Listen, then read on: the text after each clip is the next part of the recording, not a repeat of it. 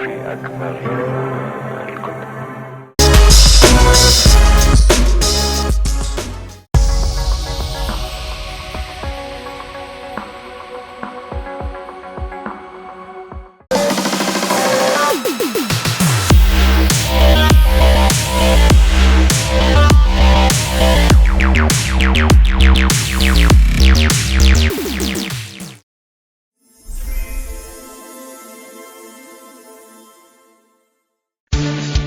Congratulations, you have found the Lambcast, the official podcast of the large association of movie blogs, also known as the Lamb. The Lamb is the largest collective of online movie blogs and podcasts with 2,000 members and counting. Every week on the Lambcast, various members of the Lamb community get together to talk about our favorite subject, movies. So bookmark the Lamb and follow us on social media. Be sure to join us each week to hear a lively discussion of films and movie-related talk from our members. Join the flock at largeassmovieblogs.com. Hello, everyone, and welcome to episode 821 of the Lambcast. I'm your host, Richard Kirkham from Kirkham, A Movie A Day, and this week we have one of the biggest films of the year in a long-standing franchise with huge expectations for the box office, and my original schedule hadn't even included it. But after being bullied by some of my fellow Lambs into adding it to the list, the number of responses I got for the show was incredibly small. No matter, that's compensated for the fact that the guest that I did manage to wrangle is incredibly talented and fills a room even when other people don't show up. One of my most reliable big picture comic book universe fans, the Lamb's own Jeanette Ward, is joining us for this two-hander. Hey, Jeanette. Hi. Hey, these potatoes feel very meager. Well, it just feels meager because of the size of the room. But when we talk about the size of the personalities, they're big potatoes, Oh, that's true. That's very not true. fries. Yes. It's a whole big potato. Well, Spider-Man: A Brand New Day picks up pretty closely after the last installment from 5 years ago, although technically in the storyline it's only 4 years. All memory of Peter Parker has been erased from human existence, including among his friends MJ and Ned. Peter, however, carries on as Spider-Man in a lonely vigil with the assistance of a New York City police detective who cooperates with him much like Commissioner Gordon would with Batman. Spider-Man battles some of the usual suspects when suddenly there appears on the scene a leapfrogging telepath who is causing chaos in the destruction management organization that's been assigned to handle the chaos caused by extraterrestrial or superhuman threats. Who is this new threat? What is it they're after? How can Spider-Man defeat them and at the same time confront his own existential crisis? These are the questions that are answered in A Brand New Day. Jeanette, as always, we start off spoiler-free with our general thoughts, but I don't expect us to go more than 10 or 15 minutes today without putting up the spoiler wall and warning everybody that surprises could be revealed. So what did you think of A Brand New Day? Well, I loved it. I really did. Right off the bat, I'll just start with that. We briefly talked before we started recording that I managed to be surprised by this movie, and that's really tough in this day and age unless you are consciously like, I'm not going on my social media, I'm not turning on the TV, I'm not doing this, I'm not doing that. I'll tell you what my advantage was, having a World Cup right before this and then Shark Week the week of. I was so wrapped up in the World Cup, I did not see additional trailers or commercials or any of that for this. I avoided my usual, I love Screen Crush, I'll just give them a free plug. I tend to watch them about like the analysis of all the trailers and all that kind of stuff, which they are very, very good. So they tend to guess a lot of things correctly. I'm so happy I didn't. I'm so happy the World Cup I was so immersed in that I didn't see any of it. And I'm so happy the Shark Week was going on and I didn't see any of the promo stuff until after I saw the movie. And I managed to be surprised by several things in this movie. And I'm so happy. And it reminded me I need to maybe be better about actively avoiding spoilers going forward. It's so easy for things to get spoiled. And I'm so happy that there were a couple of things that I remembered after seeing it that, oh yeah, I did hear about that, but I'd totally forgotten. I'm so glad this movie managed to be in a summer of absolute delights of summer movies. This was also a delight. Super fun, very entertaining, but also genuine stakes, I thought. As opposed to, by comparison, the light and fluffiness of like He-Man, which is now on Amazon Prime if you missed it in the theaters. But boy, what an absolute was it too long? Yes, probably too long, but I couldn't tell you what I would cut. I would maybe trim down some things, but it just was great. It reminded me, I did watch the day before. I rewatched the Tobey Maguire 1 and 2 Spider-Mans, and I had kind of forgotten because we love these movies so much. I'd kind of forgotten that, oh yeah, Peter Parker's life kind of sucks. That's why we all love him so much, is we all relate to that. Like, man, this guy's day to day is rough. He's got no money. His friends are questionable at best when they're around. He's always struggling. Things are really hard for him. But the one thing he really does love doing is Spider-Manning. And he is great at it. And this movie picks up there and goes from there. And it was Man, it was just such a thrill ride. I really enjoyed it. I had a good time. I did walk out similar to Fantastic Four. When I saw that, I walked out thinking, "Oh man, Stan Lee really would have loved this. I think he would have had a great time watching this movie and would have been delighted by it." And I know it's the first time that Tom Holland has been able to be in the writer's room and be a little more on the back end, I guess front end production wise. So much fun. And the way that he loves this character, embraces this character, and now really his fingerprints are on it in a more meaningful way. I just, man, what what a joy. How lucky are we that we get to see stuff like this? There's a lot of it, if like me, I'm not a huge video game person, but the games that I play, I really love. And some of my absolute favorites are the Sony Spider-Man PS PlayStation games. Spider-Man 1, Spider-Man 2, the Miles Morales one, and then I guess that's it. Spider-Man 1, Miles Morales, and then Spider-Man 2. Parts of this movie, I said to myself in the theater, like, "Ooh, I've played this level, and I haven't done well on it." And I really, really enjoyed that. Places he was going, where he was negotiating, I was like, oh yeah, yeah, I have struggled to swing across that. I have struggled with that sequence. So I really enjoyed that bit of it too. I feels like um just the vibe of this, and it, because we had three Tom Holland Spider-Mans that were all very good. um I was concerned, like, is this going to be able to maintain this? Is it not? But it feels fresh, it feels new, it feels like a not a reboot, but a rejuvenation of the series, and I can't wait to see where they go next. And I feel like that was fairly spoiler free. There you go. Yeah, that is pretty spoiler free. And I'd agree with you. It's not a reboot, it's sort of a refocus on the Yes. character. And we're changing directions a little bit so that it's not all about the MCU and what happened with the Avengers and the relationships with everybody else, although those come up a little bit in the conversation here. Most of it's about, like you said, being Spider-Man, him taking charge of his life as it is and trying to make the best of it. And I appreciated that quite a bit. I think that the last film was full of fan service all over the place, and everybody Hmm. enjoyed the heck out of that. And I think that that's one of the reasons that it has the positive reputation that it deserves.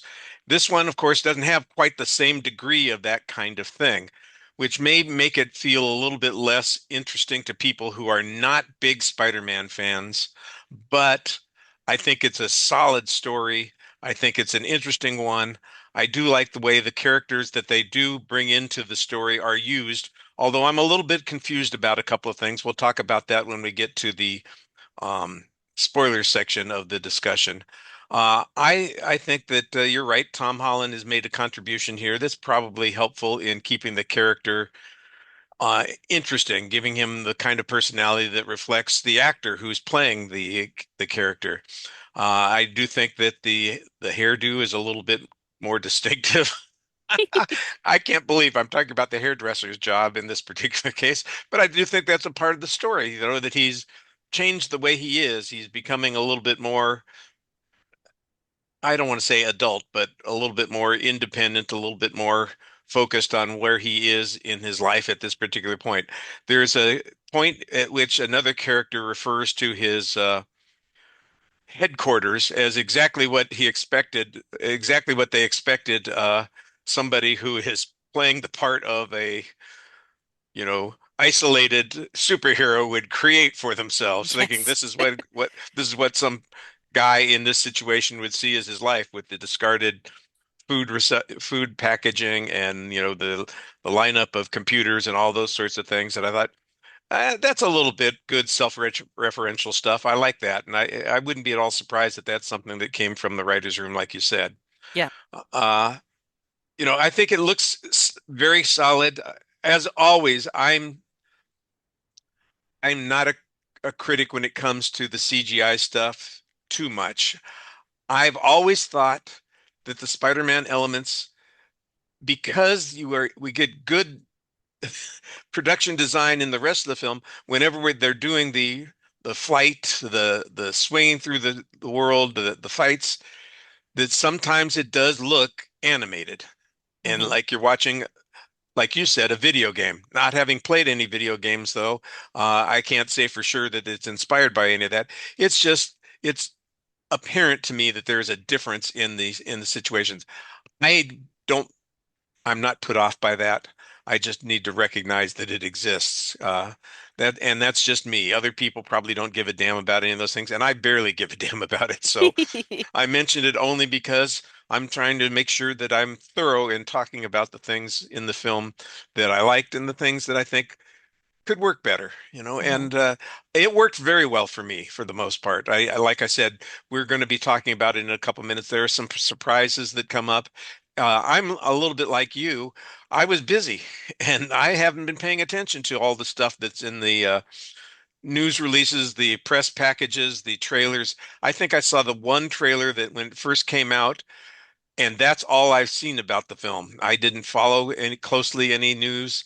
Uh, Lisa Leahy would be proud of us for the most part, avoiding that advanced information about the film. So I was a little surprised too about a couple of things, and I enjoyed them. I was glad that they showed up that way.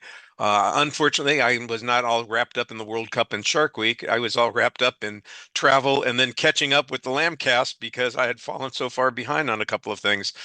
Uh, I had to do 4 episodes of the Lambcast for the video podcast when I got back, and I cheated on 2 of them, and 2 of them I spent nearly a week each on putting them together. Wow. So, so I'm going to encourage you, just as a side note, to watch the Decade Look Back and to watch the Mel Brooks episodes.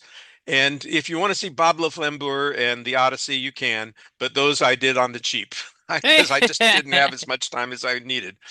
But because I was busy, like you said, being busy keeps you away from the social media stuff that might draw you in and give away all those spoilers and make you think about these other things. Yeah. So that worked out for me for those reasons.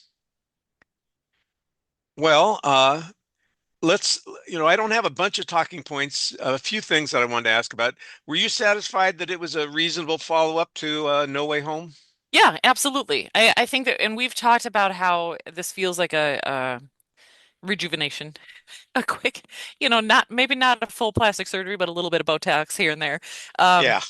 Hiring Destin Daniel Cretton as the director of this. The other three were, oh boy, forgive me, I don't have the name in front of me. John Watts. Um, those were great, tied together beautifully, but Destin Daniel Cretton has slowly been building his Marvel reputation. Shang-Chi was He's the beautiful. Shang-Chi guy, right? Yes, absolutely wonderful. Again, a little too long, but I couldn't tell you where I would cut it. But um, and he was kind of behind Wonder Man as well, which if you haven't watched Wonder Man on Disney Plus, it is excellent. And we can, oh boy, we can talk about the news this week that they decided not to move forward with season 2 and how angry a lot of people are justifiably because that show was excellent. But anyway, he does a great job with this, and his kind of fresh vibe on certain things I thought was really appreciated and well done.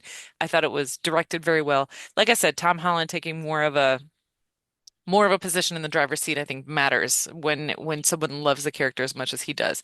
There are 3 things I wanted that were unrealistic expectations going into this, but feel like could come up in later installations.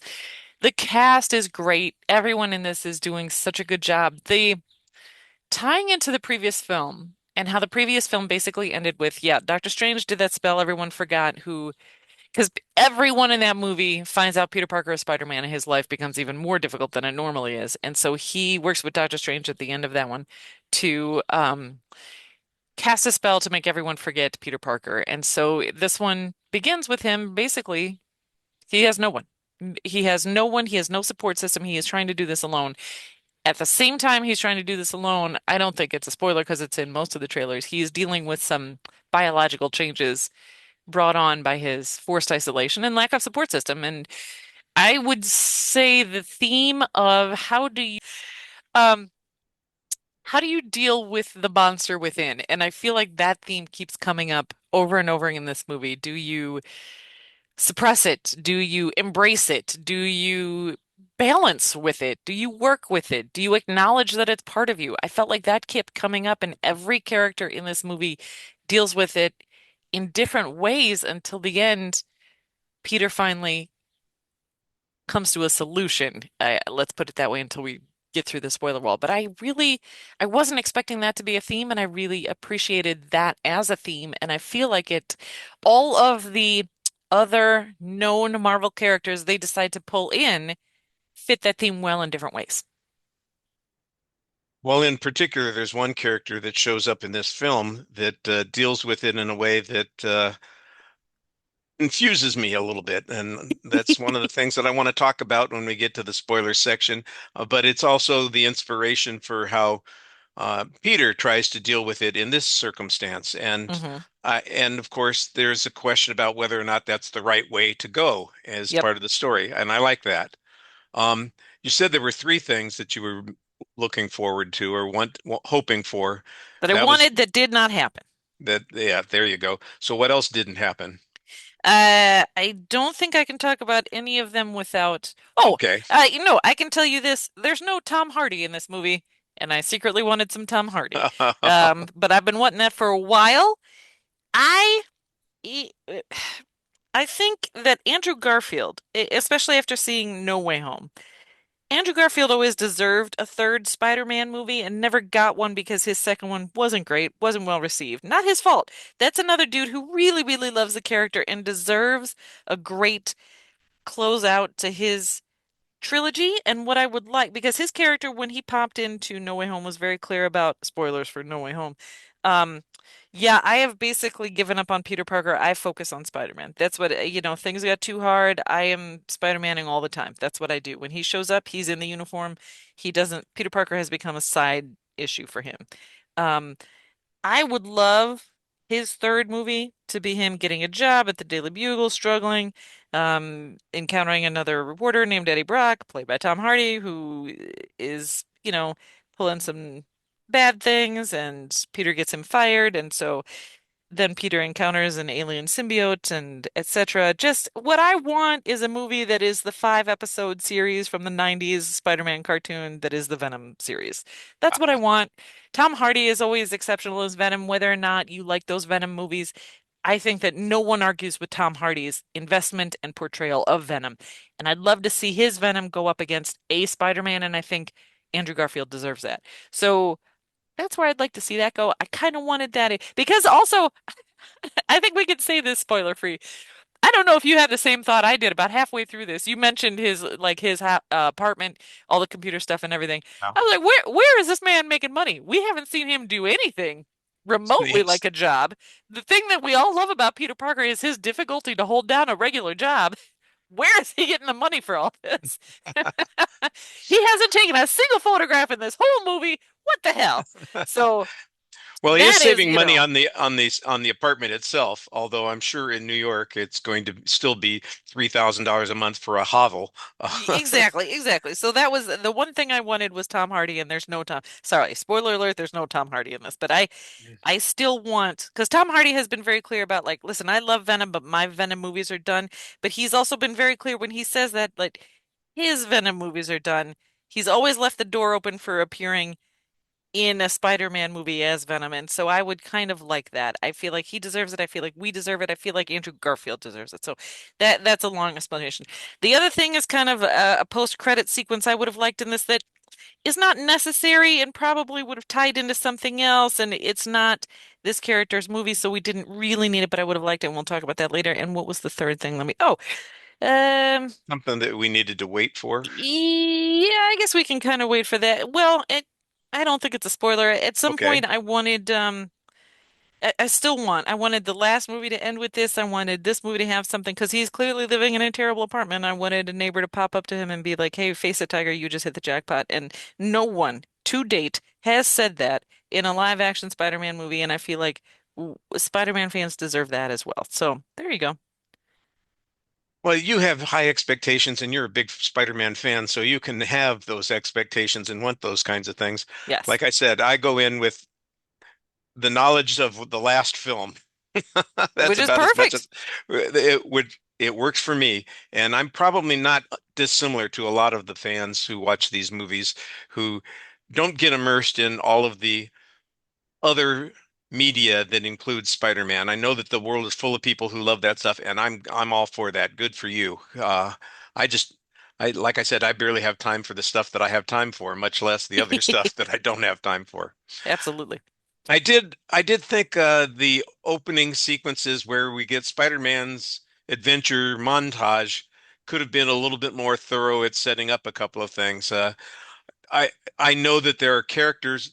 Scorpion is self-explanatory because it comes up again. There's another character that appears in that montage. I have no idea who that was, what was going on. It feels like there's something that I missed there, Oh yeah, but it let's obviously, talk about that. go ahead. Do sorry. I Not a apologize for problem. interrupting you. This I is feel why it's like perfect for you to be on this show with me because we've got lots to say, and it's not me who has a lot to say. I will once again, my Spider-Man knowledge is mainly steeped in the 90s animated series, but I will say that that 90s animated series, which I think is on Disney Plus now, if you ever want to take a look at it. Listen, the 5 episodes on Venom are really exceptional and worth watching. Um, that show pulled a lot direct from the comics. So things like, and my brother and I have always talked about the idea of a cold open villain. Scorpion is a cold open villain. You don't need a whole Scorpion movie. Nobody wants to see all that. But Scorpion is absolutely a villain you could throw into the cold open. You know what I mean? He's one of those dudes. So is Tombstone. So is, oh, Tarantula. I forget the other one. But this montage that you're talking about where we see Spider-Man Spider-Manning, it's similar to, again, in Fantastic Four, there's a sequence where Reed Richards is Right. like, "Oh, Yes. I handled this guy and that guy and this guy and that guy so that we can focus on the baby." It's throwing out all the names of characters that you don't know if you're just watching that movie, but if you're familiar with the comics, you know. In this movie, there's a montage of Spider-Man handling a lot of his villains. And when I say that, understand that Spider-Man has in terms of rogues galleries, like your heroes who have piles of villains. Spider-Man has one of the most extensive rogues galleries of anybody out there. He has a bunch of bad guys. He and Not Batman have the longest line he in and front of them. Batman have the absolutely, absolutely. They're not all going to be winners, right? Like Batman, you could go back to, isn't there an egg guy? Egghead, Right, Clock King. Listen, not to the Mad besmirch Hatter. those. Right. Not to besmirch those villains, but they're not they are cold open villains. To establish the hero, he can dispatch them in the cold open, then you can bring up the titles and we get it. We understand what's happening. There's a series of 4 or 5 of them in this movie that Spider-Man dispatches, and the moments in which he does that are, thanks to Cretin, Daniel Dustin Dent, that guy's name. Can we get an Director. abbreviation for him, DDC? Um, he faithfully recreated iconic comic book covers in those moments. So there's several moments in this movie where it's kind of a like action, slow motion, and those are iconic comic book covers. And you could look that up to see how good a job he did, but him webbing Tombstone to the wall. By the way, the dude playing Tombstone was the guy who was the bad guy on Black Lightning and has voiced Tombstone in multiple cartoons. So great. So happy he got to be in this. Marvin Jones III, I think. Um, but yeah, so those clips, that's what that montage was for. Also, number one for this movie, if you know nothing about any, as you just pointed out, Richard, if you know nothing about the comics or those villains or what the hell's happening, it just establishes for this movie that Peter is Spider-Maning hard. He's working very hard, Spider-Man, he's handling his business. If you know I the didn't I comics, didn't feel deprived not knowing exactly. anything. I knew that these were obviously uh foes that offered him some kind of challenge, and we get to see that he overcomes those challenges, and that's all that's necessary in this. Exactly. Cold All open right, villains. Yep. there you go. I was a little interested in the cooperation with the NYPD that shows up here. Was that something that has existed in the comic books, or is I that feel like something that that's goes back new and with this film? forth. I feel like that goes back and forth. I feel like which I will say I'm also sad I don't think it's a spoiler that there's no J. Jonah Jameson in this, and I feel like that is always necessary with Spider-Man because the purpose of J. Jonah Jameson is to weaponize Spider-Man hatred. And so he is the one who's responsible for putting out negative Spider-Man talk and making people like, Spider-Man's a menace. But what I loved is that because that is not in this one, you get of the city loves Spider-Man, and it's so beautiful when you have I watching the first Tobey Maguire Spider-Man right before I saw this, you forget that New York is a character in these movies. Spider-Man is a character that is so wrapped into the fabric of New York City. It's very important to have that in one of these movies and to have it matter. And he is in this movie because he's working so much with the police, because they're happy to see him, because the people are happy to see him. I loved that. I thought that was key. I liked having the police detective like, yeah, she's absolutely on his. They have each other's cell phone numbers. They talk on the phone all the time. That's it. I thought that was great. I really, really liked it. Yeah, he doesn't have to push back Shakespeare's head and push the button to get a hold of the commissioner. Which is also great, by the way. Yes. So it's good. I thought it worked pretty well, and I do like the fact that is kind of a, I don't want to say mentor figure because obviously she's not running him in any sense of She direction, acts as his but she conscious provides, from there time to you time. go. Yeah. She's a sounding board who offers good advice Yep. Yep. and from a different perspective, which I thought was a nice touch. So it's not just, here's the next crime, I'll take care of it, you go get it, or Yeah. that kind of thing. There's a little bit Shh. more of a relationship there. And I like the fact that ultimately, he recognizes that he's kind of isolated himself and he needs to stop doing that. Yes. And the way that pays off at the end, I thought was a lot of fun. Yes. She acknowledges that he is a young man, and that needs a little guidance. He's working too hard at this, and if you, as she puts it, as a cop, will tell you, if you focus too much on the job and not enough on your life, you are going to, yeah, the theme of work-life balance also a thing in this movie. Yes, it is. All right, well, I'm going to choose this spot to give people fair warning. We're going to start talking about things that are part of the plot that might spoil it for you. And so, because we don't want to be a bad trailer giving away all the goods in the 90 seconds that we're trying to promote the show, uh, we're going to tell you now that if you want to stay unspoiled before going into the movie, that you should come back to this show and listen to the rest of it after this point. But we're going to, like I said, go into spoiler territory now. And I'm going to start with the Department of Damage Control immediately. Hmm.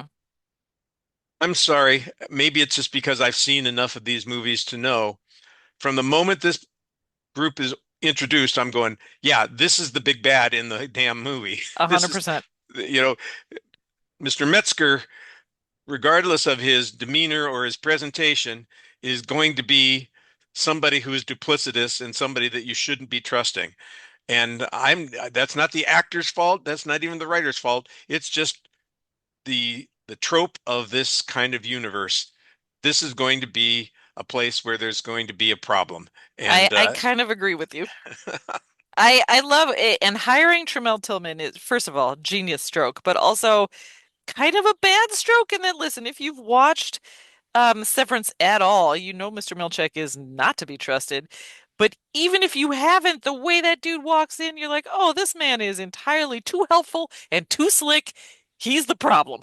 and I haven't seen Severance at all. And that's exactly the way I felt, when he walked in, I said, yeah, he's got bad guy written all over his stride. Yeah, it was, he's so good in this. Oh my goodness. I really enjoyed seeing him. Yes, we know the Department of Damage Control is sketchy as hell.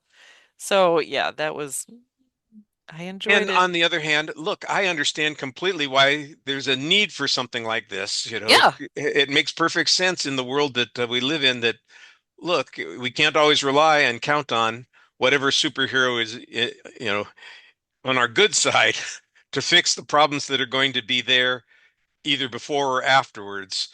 Yeah. each adventure. So Well, and especially in New York City, clearly you yeah, need to have a unit apparently that is, able to handle enhanced individuals. And these Department of Damage Control has, the movie tells us, facilities in various locations all over the city, which is again something that felt like one of the PlayStation games because you have to, locate different locations all over the city.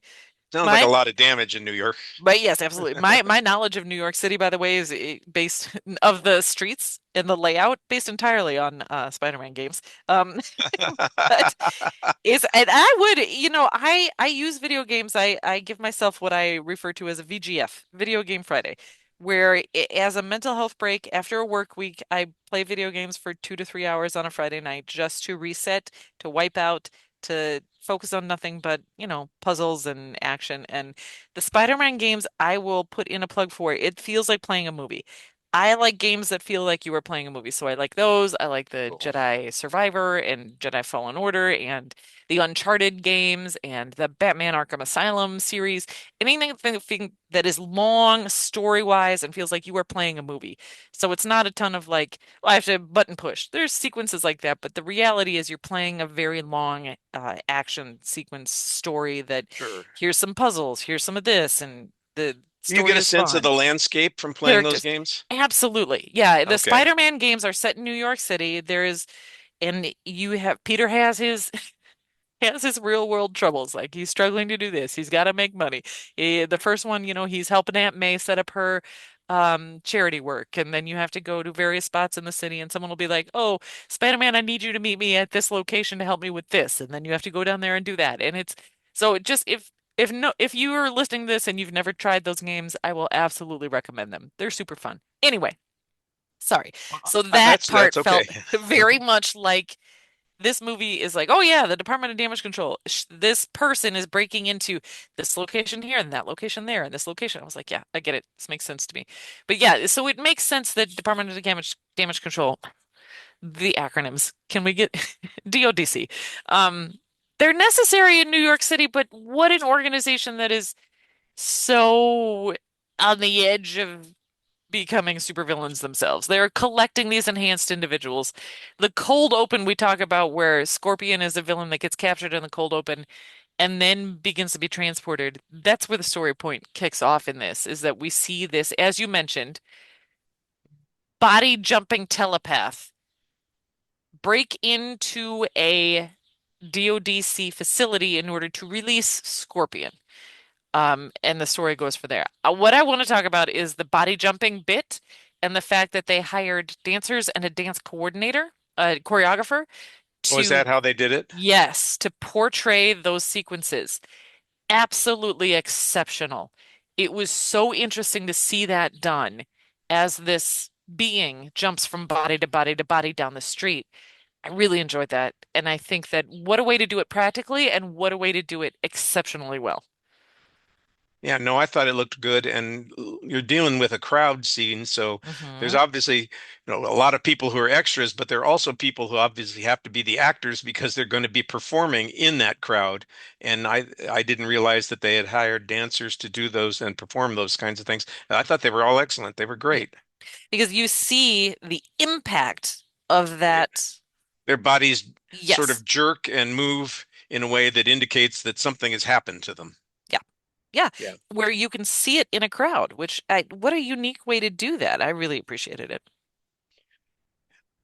All Um, right. the Well, go ahead. the other character, some of the other characters, because I think we're some Yeah, um I've Punisher. got it. I was gonna say Punisher. I have held off on watching all the you would used to call them cable series, but they're really streaming series from the MCU. I don't think I've watched any of the ones except for the ones that showed up on Disney after Disney acquired things. And so I'm not familiar, but I knew that John Bernthal was the Punisher in the series. And so when he showed up, I knew what was going on. Hmm.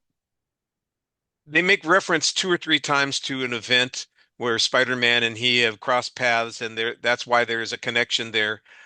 I didn't need to see that event to know what was, that created some relationship that Yeah. was useful for Spider-Man. but I was curious if, in fact, there was one that I just was unaware of that My it understanding was is that there is presented. not.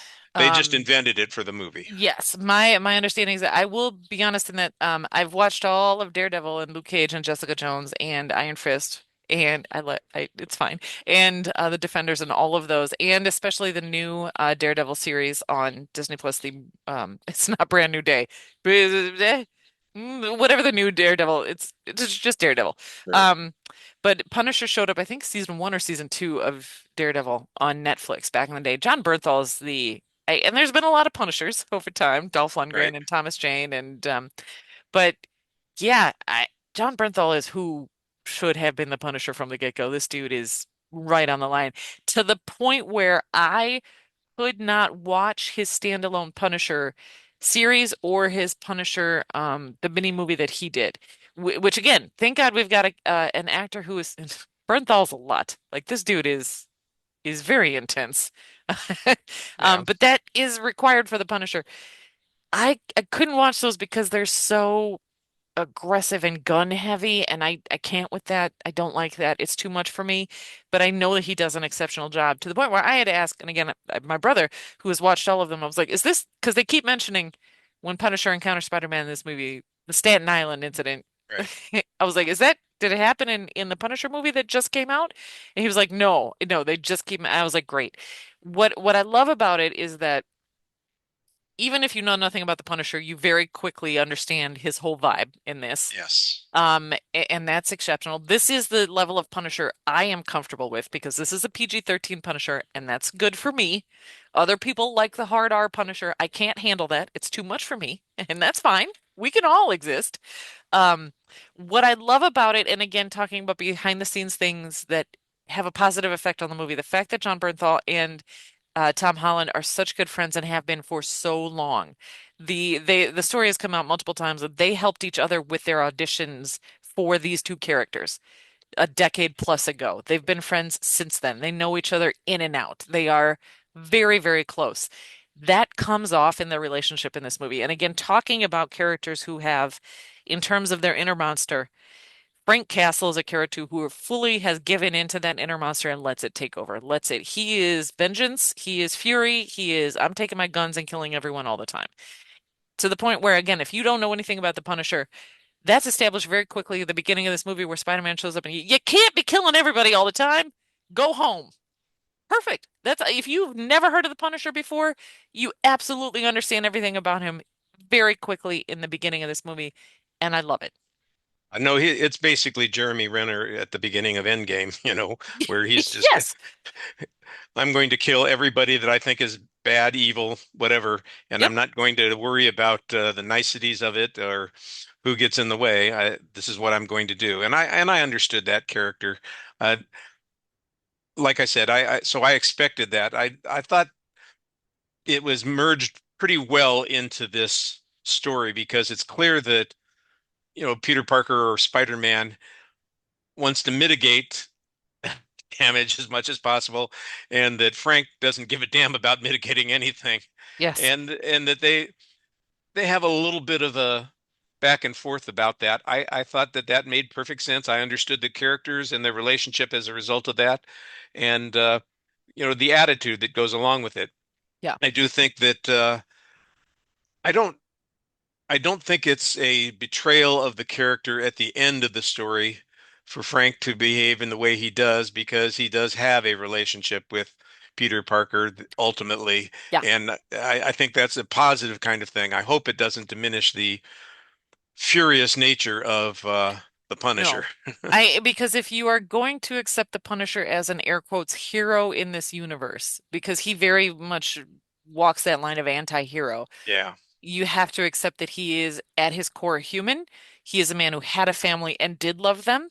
And in this movie is a character who does have love and affection for Peter Parker as Spider-Man throughout the course, which at the beginning, but develops even deeper throughout the course of the movie. So yes, I understand what you're saying, but yes, I think that the end is not unearned.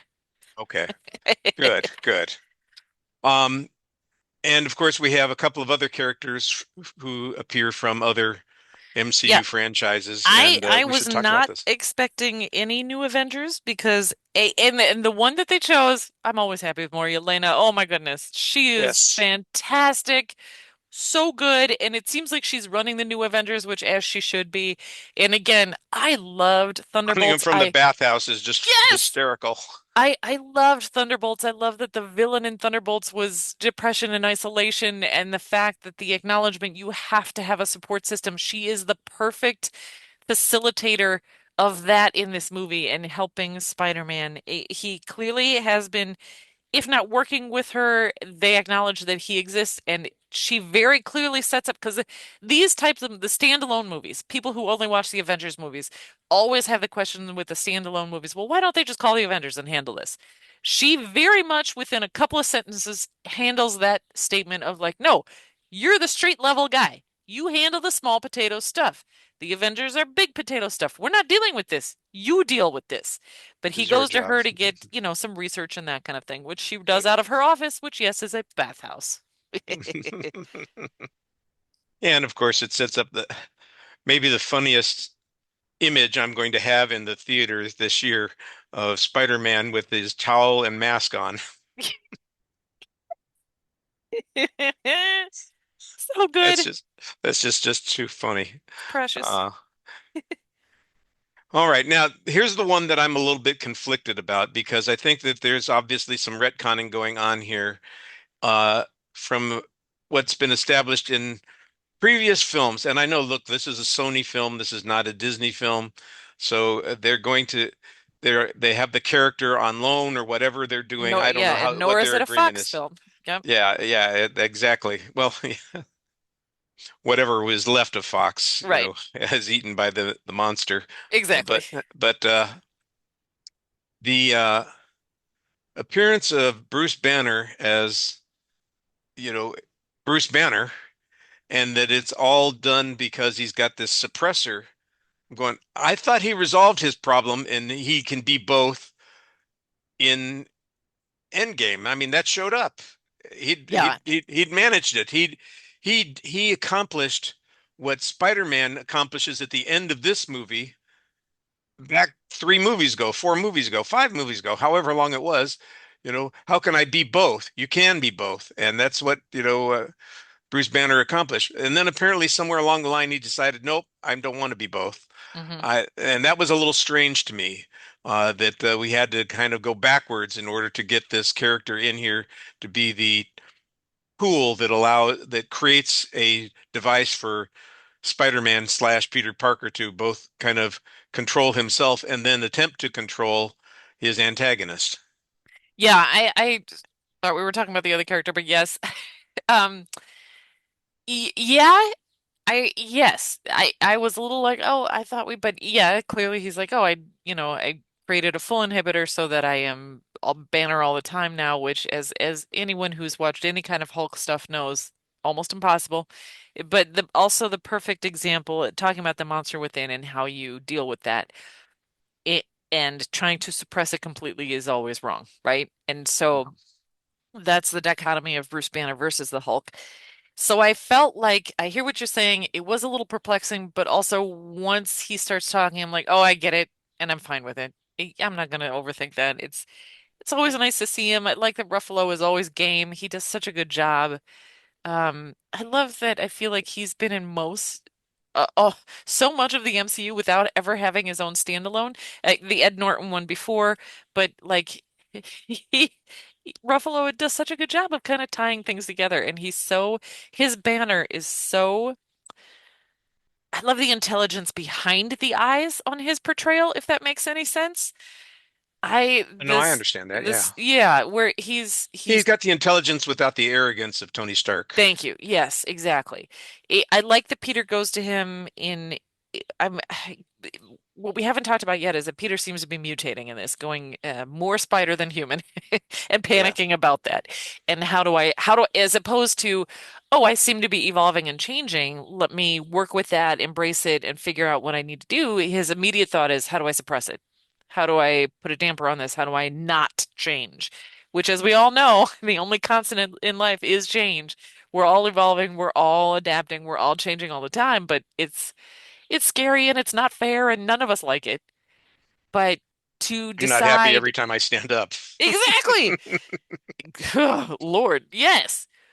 But to get the idea of like, well, I'm gonna put a piece of technology on that to hold it down. That's not gonna work, man. It never works. So going to Bruce Banner, having him explain it, I also love the discussion they have in like the courtyard there of ESU of oh yeah, the very very sciency like, well, what about your RNA, your mRNA and suppressing this and Yeah, doing that? And I was like, I don't understand any of these words, but I love that they're having a sciencey discussion because I like remember Peter Parker is a super genius, has always been created his own web shooters in 1962 when the character was developed, right? He is a super genius and we need to see that portrayed more often. My favorite parts of Batman movies are when Batman does his detective work because that's what he's about. I right. like when Spider-Man does science because that's what he's about. So I enjoyed that. I thought that was fun. I like Ruffalo's ability to look at him, hear what he's saying, and be like, "Ooh, I might need to keep tabs on this because this kid could be crossing a line." And then the recognition later on in the movie when he sees the inhibitor and realizes like, "Oh no, this kid has gone ahead and done what I was afraid he's going to do." Um, so I really enjoy that. There is a moment where the Hulk fight, which spoiler alert, there's a Hulk fight. When the telepath gets a hold of Banner and controls the Hulk, and it's still half Hulk, half Banner, and then the moment that we get full Hulk, and Hulk says, "No Banner, no girl, just Hulk." Yes. It's been a while since we've had full Hulk where you feel the apprehension and the fear of what the Hulk is capable of. I really liked that. I thought it was a brilliant moment, and we've been missing that for the last, I don't know, 10 some years. It was really cool to see that moment. It was a cool moment. And, again, mild criticism because we get that moment. And then just a few minutes later, we get Peter actually talking himself out of it Yeah. by appealing to the friendship, which is not supposed to work, but it does. Well, and there's that moment of, and since I saw it, I went back and watched a lot of like analysis and people saying this, people saying that. There are some who say there's a chance the forget spell didn't work on the Hulk because the Hulk wasn't present at the time, right? The Banner was present, and so Oh, the spell might have worked on Banner, but Hulk also had an awareness of Peter Parker and Spider-Man knowing that they are friends, or at least friendly, and have helped each other in the past. And so Hulk would not have forgotten. And so when he says, "We're friends, I'm Peter," it gets through to the Hulk. And so the Hulk lets go, literally and physically in that moment. Whether or not you adhere to that, whether or not that was part of the thought process, I don't know, but I did I like like the that. rationalization. Yeah, it made sense. And I like seeing, because the only way you get, because the Hulk is the Incredible Hulk, right? Right. He's basically impervious. He's indestructible. You can't do anything. So the only way I to get mean, through to Peter him, keeps warning our yeah, antagonist. yeah, We haven't mentioned yet, but we will in just a moment. Uh, the danger of the Hulk. This is yes, this is not like you're possessing everybody else's mind. This mm-hmm, is this is a mind that is not possessible in a way that you are used to. This is not going to go well. yeah. And of course, When it when he never goes full does. Hulk, he forces her out. So Yep. he's the strongest there is. Yeah, I All liked it a right. lot. We got one more big spoiler here, and anybody who is not interested in knowing what's going on here, you should make sure you close your ears now. Yep, you've The been warned. antagonist, the the telekinetic psychic that we're dealing with turns out to be Jean Grey, Hmm. and I it's had, portrayed by Sadie Sink. And I'm going to yeah, ask you about both of those things. How okay. did you feel about both of those things? I um I like Sadie Sink. I am only through Stranger Things season 3, and that's the only thing I know her from. I have not, wait, season 3, season 4? I haven't watched the last season, which is 5. Okay, so I've only seen her in that, and she was great in that. She's great in this. I think she's a very capable young Jean Grey. I will say that for me personally, Jean Grey has never been my favorite character. Again, Most of my knowledge comes from the 90s, the, which is now, by the way, the X-Men 97 that is on Disney Plus. You can go back and watch it. But the that version of the character, Jean Grey, has always been kind of like, meh. She's, again, entirely too powerful. She can do anything all the time, whatever, and has always been kind of boring. But this version, there's always this thing with Jean Grey where if she is unleashed, if she embraces her inner monster, if she is not tethered to any kind of reality, if she does what she wants at any given moment, she is, as they say in the universe, an Omega level threat. Now, in this movie, she is young and has not reached Omega level at yet, which she seems to in the She's movie. on the brink, you know. She's on the brink, but She's oh got my whole God. Roosevelt Island covered. Right.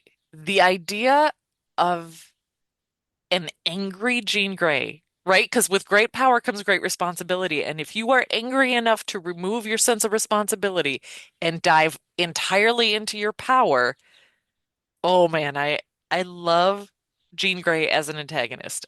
I loved it. I had forgotten that Sadie. I remember hearing like, oh, Sadie Sink might be cast as blah blah blah. I was like, I don't care about any of that. I'm not worried about that yet. I totally forgot, and I'm so glad I did. When we finally learned that Jean Grey is Well, I like the fact what's that been we don't see happening. the character for the first Yeah, we don't see her at hour. all. Just It's the bouncing just between people. exactly. I loved it. So I was really happy with it. good, good. Yeah, I thought that was good casting myself, and once again, not having read anything about it, I'm looking at that and I go, I know this actress. Who the hell is that? Right. And it took me like 5 minutes to figure it out. I said, "Oh, that's Sadie Sink from Stranger Things, which is what I know her from." Okay. She was also in the Whale Oh, all with right. Brendan Fraser, and so I knew that she's working, and this is a character, and I'm thinking, well, this has got to be a long-term thing because I know they've now got the X-Men in their stash, Yeah, that's you know. interesting. Like what, So, and I so know that is we this going to go this someplace, I And it seems maybe like I it is. mean the upcoming Avengers movies I know are still multiversal, so we could get any version from any universe and pull, so that can all be very confusing. But this particular version I liked because she was young and she was angry. The last I talked about the three things I wanted. First being Tom Hardy, second being a face of tiger, you just hit the jackpot. Third being in the end of this movie, she seems to be on a bus heading towards upstate New York, or at least into the distance. Yeah. I wanted that bus to stop, everyone on the bus to freeze, and I wanted a wheelchair to appear. And that's it. And maybe a voice, probably James McAvoy based on timelines, um, to say, I can help you, or let me help you, or I will help Something, you yes, yes. because we know that Jean being the threat that she is, there are some storylines where the only reason she's not killing everybody all the time is that Professor X is constantly damping her down. And so I kind of wanted a little wheelchair appearance, but not necessary. This is not her movie.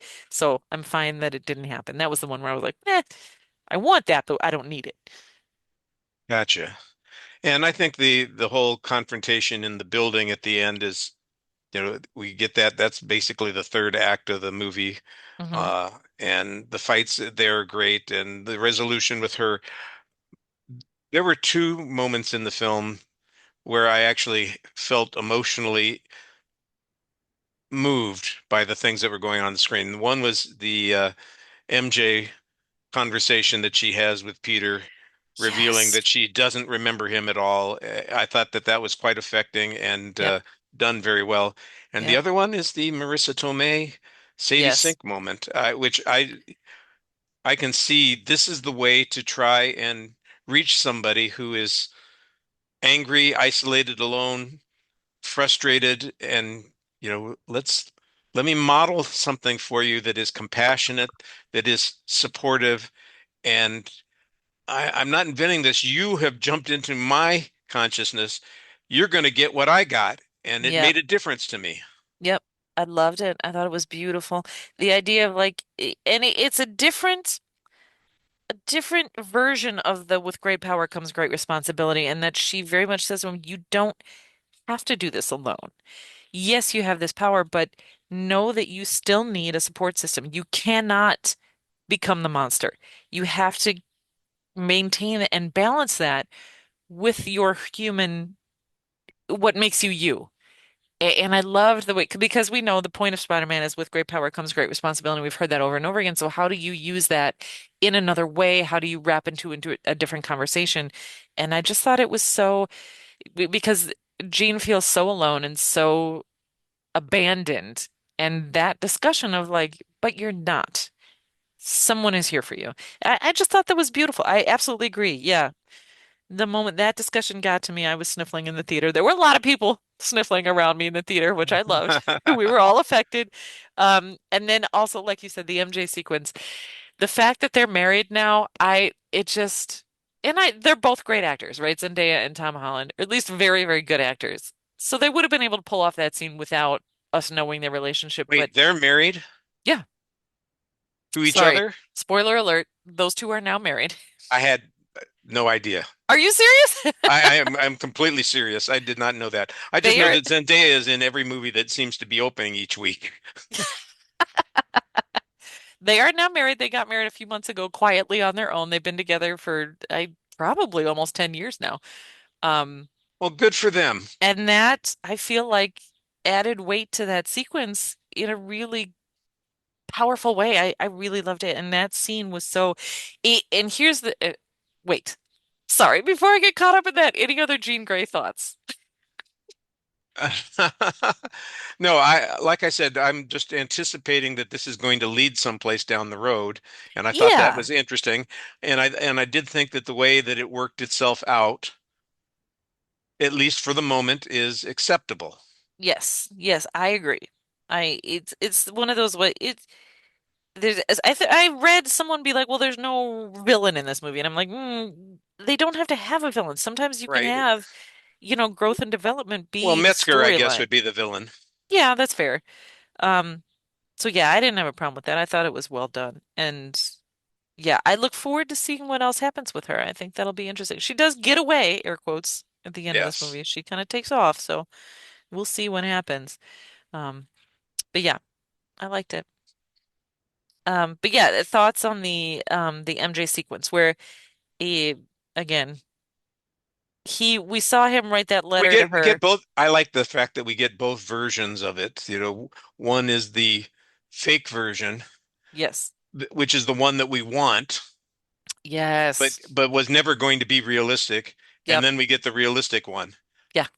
Yeah, because while Gene is possessing Mary Jane on a rooftop and says everything that he's reads the letter he wrote to her and then is very much like, "Oh yes, I love you and I still want you." And then we realize, well, it's Gene possessing her and making fun of him and the devastation on his face. And this is why I say Tom Holland is such a good actor. The subtle pain that he feels when he realizes that. And then later on, when he saves MJ, she's hiding out with the Punisher eating his chili. Um, the fact that She was she warned against does, that. yeah, exactly, warned against eating the chili. Um, she does read the letter, and that conversation of like, yeah, what you did worked. I do not remember you. That moment was so beautifully done between the two of them. And what I loved, and I maybe it's me interpreting this. I don't know if this is, again, something they meant or if it's just what I wanted to see. I feel like Tom Holland in that moment portrays it as absolute and utter devastation. He realizes, no, she doesn't love me. This is not, I'm never going to have the happy ending with her I wanted. But I feel like beyond that, there was then this moment of, but he's now been set free. That moment he realizes, okay, well, I cannot go back anymore. I can't keep holding on to this. It's not there for me anymore. I have to move forward now. And in that moment of her saying, I do not love you because I do not know you, she releases him from this pain that he's been holding on to for 5 years. This movie time jumps 5 years for us. No, I think that that's true. And the we talked about the idea of a reboot or a rejuvenation or a refocusing. I think that the idea that we are refocusing here again is pretty clear. I don't think that the romance between them is done. I just think it's evolving, and it has to Yes. evolve in in a way that is not just going to depend on what came before. It's got to be its own thing. Yep. He's been so careful about avoiding them because he didn't want to cause them pain that the end of this movie allows him to say, but you can be friends with them. You don't have to isolate yourself. So yeah, that moment, whew, I liked it. Liked it a lot. And I'm a little confused.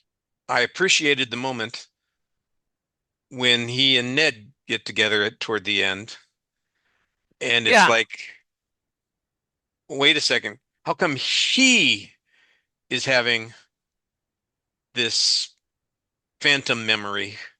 There are people who are like, oh, well, because remember Ned was magic in the last movie. Ned started to develop magic, so he remembered through this spell. And I was like, I don't think it's that. I think it's simpler than that. Because remember in the course of this movie when he is, and I loved the moment where he goes, she's like, well, do you want to come up and at least say hi to Ned? And because Ned is established to be just a big Spider-Man fan.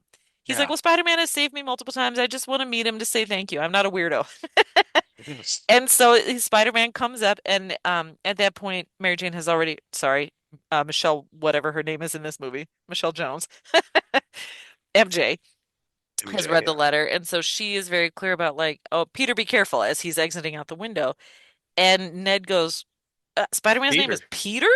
And so later at the diner, Peter thinking he's going to avoid him again, sees Ned sitting there and goes up to him and does a handshake. And whether Ned remembers the handshake or not, he goes, oh, Peter.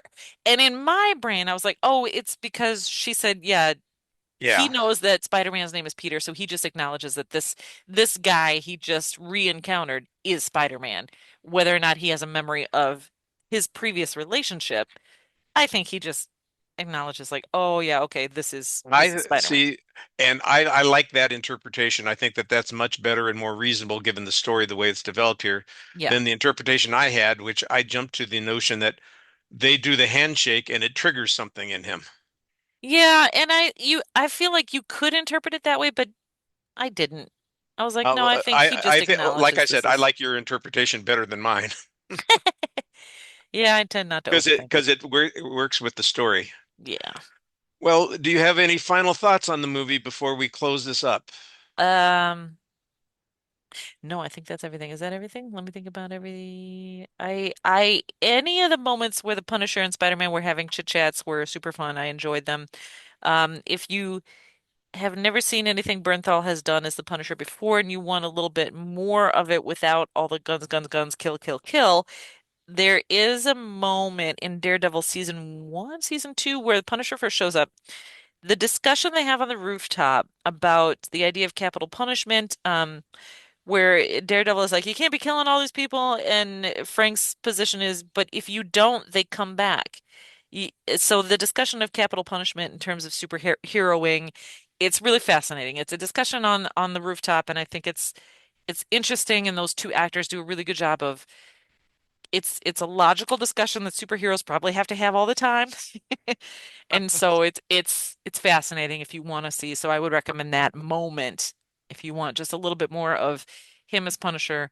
And then I would recommend the new because Vincent D'Onofrio's Kingpin is exceptional, and so watch some of that on Disney Plus. But yeah, I really love this. I thought it was great. And then yeah, one more plug. Hey, treat yourself. Get you a PlayStation, folks out there. If you're an adult and you don't have one, you deserve it. Get you a PlayStation and buy these Spider-Man games and play them. Oh, here's the other thing I want to say, looking to the future. It clearly the post-credit sequence is, yeah, there's one and it's minor and that's great. Um, the app that Ned creates, by the way, one of the Spider-Man games, you have to and it's in the Miles version, but it's like his friend Genki creates this app. And so the side quests are always like you use the app to find out what's happening around the city, like, oh, I have to go stop this robbery, or I have to go rescue this cat, or I have to go do this. You use that app, and I was like, oh, I love that it's there. Um, Miles Morales. We talk there's a fan base for Miles Morales that we want Miles. People want Miles. Now, the two Miles Morales animated movies that Sony has done are exceptional. The Spider-Verse, Across the Spider-Verse, Into the Spider-Verse are fantastic movies. Really, really Supposed to brilliantly have done. that third one. When is that coming? I thought that was this Should be, year. if not this year, next year, but it takes a long time to animate stuff. Those are so good, but they're we deserve a live action Miles Morales. And my opinion is if this movie is kicking off a new trilogy, and I'm fine if it does, then whatever the second one is, give us what you want to give us. If it's Venom, okay, but please let it be Tom Hardy. If it's not, give us something else. But the third movie, when Holland is finally like, okay, I'm done, I'm stepping away, and he gets to the point where like, it's time for me to move off. That needs to be the movie that introduces us to Miles Morales and hands it over to Miles, and Miles becomes our Spider-Man going forward, and give him then three movies. And that's what I want. Now, why do I mention that here? Because the news this week where Wonder Man season two, which was greenlit, was approved and set to move forward and has now been canceled. Iron Wars was canceled, so we don't get our Don Cheadle show. Riri Williams was treated as throwaway. I liked the Ironheart show because I liked what Anthony Ramos was doing. That's been thrown away. Shang-Chi 2 has been in development forever. Mahershala Ali, who was teased as Blade, that reboot is basically shelved to the point where Mahershala is like, they have the money, they could do whatever they wanted, and it's not happening.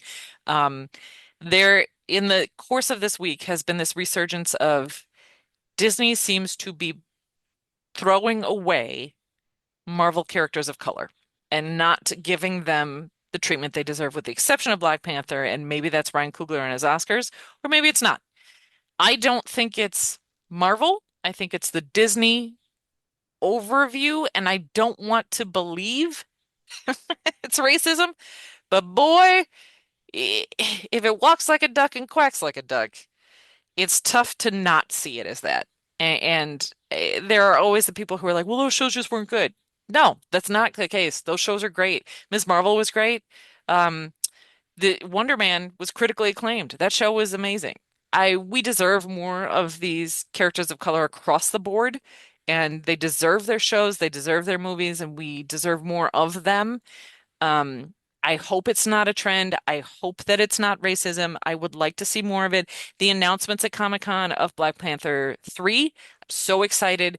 I think casting, spoiler alert, David Johnson, which he spells Johnson weird, British, I guess. That kid is a great actor. He's going to be exceptional as Prince T'Challa. Very excited about where that's going. But I want more Wonder Man. For someone who loves the Wesley Snipes Blade movies, and when I say that, I mean one and two. Um, I was not sure I wanted a Mahershala Ali Blade movie, but let's see it. I want Blade in this universe.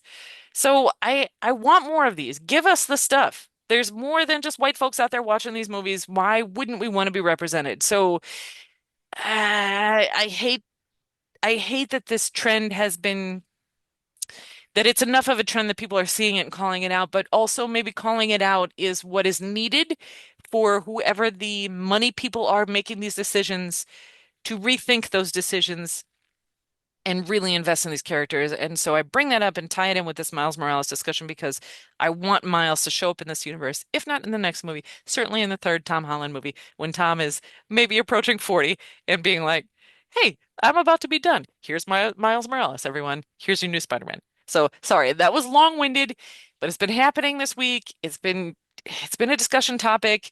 I love these movies so much. I love these characters so much. I want everyone to have representation matters. It's such an old cliche, but oh my God, it matters. So come on, Marvel, fight against the Disney money people and give us what we deserve. Anyway, there you go. Sorry. Well, you don't have to apologize. You are entitled to your opinion, and it's good that you have one because I didn't give you an exit question this week, and now I just feel like I got the most complete exit question answer of all time. That was you stated your position clearly, and I understand it. I don't know anything about 90% of what you talked about. I literally, because I'm not familiar with it. And that Richard, I will tell you that Wonder Man, the series on Disney Plus, is limited. There's only six or so episodes. I I can do think you that. will really enjoy it. It is about a dude who wants to be an actor, and he's just working real hard on that. But he also happens to have superpowers, and how do you negotiate both? And it it's great. It's Yahya It sounds Abdul fun. Mahin and it's Ben Kingsley, and it's the two of them. It's a buddy show while also struggling to just exist in today's world. Strong recommend. I think you'll enjoy it. I That's not the same character that Ben Kingsley's playing in the MCU, is it? It is. Oh my God. Yes. That's my favorite. Oh, Yes. okay, okay. Well, Yes. then I'm going downstairs right now and telling my daughter that we're going to be watching this right now Yeah. Go watch Wonder because Man. You'll love it. she loves that character. Yeah. The only thing that I know about this kind of decision making is that it's internet voodoo, which is the kind of thing I think, don't you do data analysis? I do. That we don't have access to the data that these streaming Yeah. services use. And Yeah. so their decisions are based on information that we don't know. If it was Yeah. box office, we could say, well, if they're canceling this and it made this much money, somebody is doing it for a different reason A because it's different certainly not a reason. monetary reason. Yeah. I have no insight into any of this. I just think that it's tough when you have things that people love and seem to be doing well and are quality, they just go away.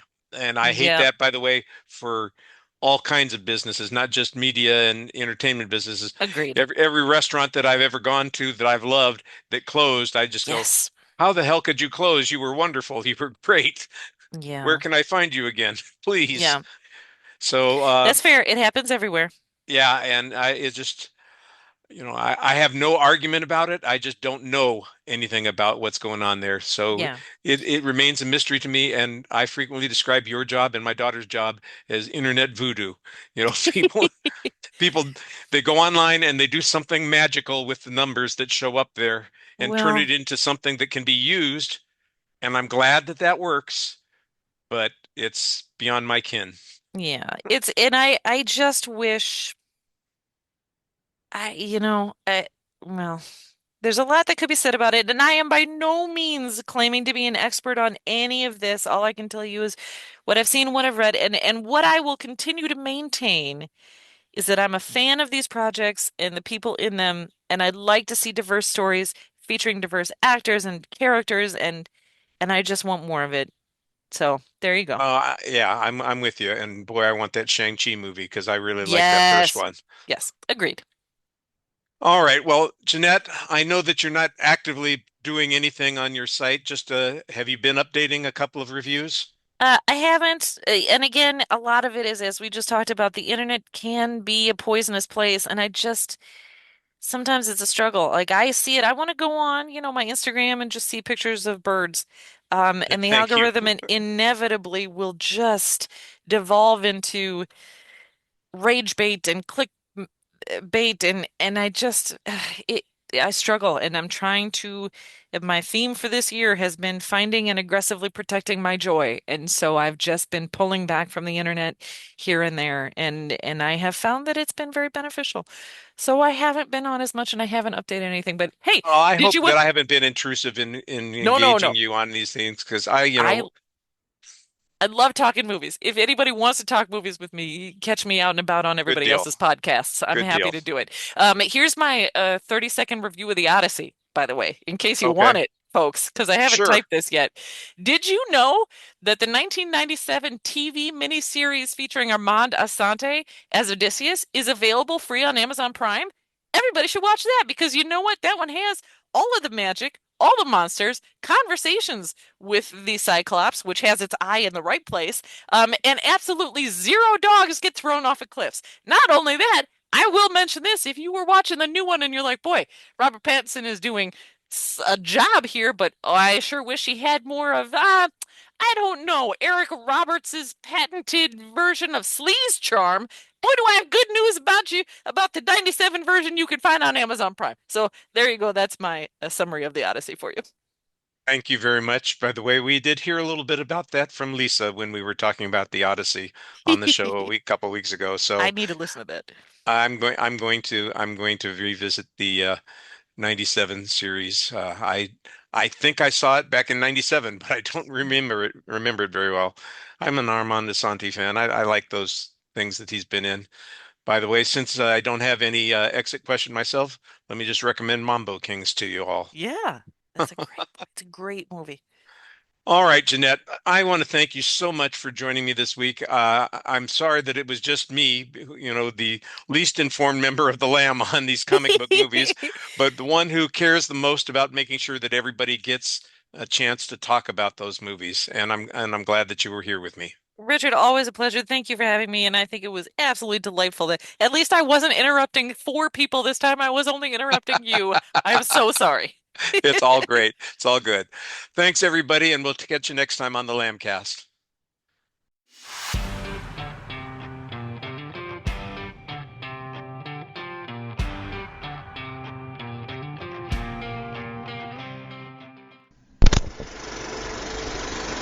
You've been listening to the Lambcast.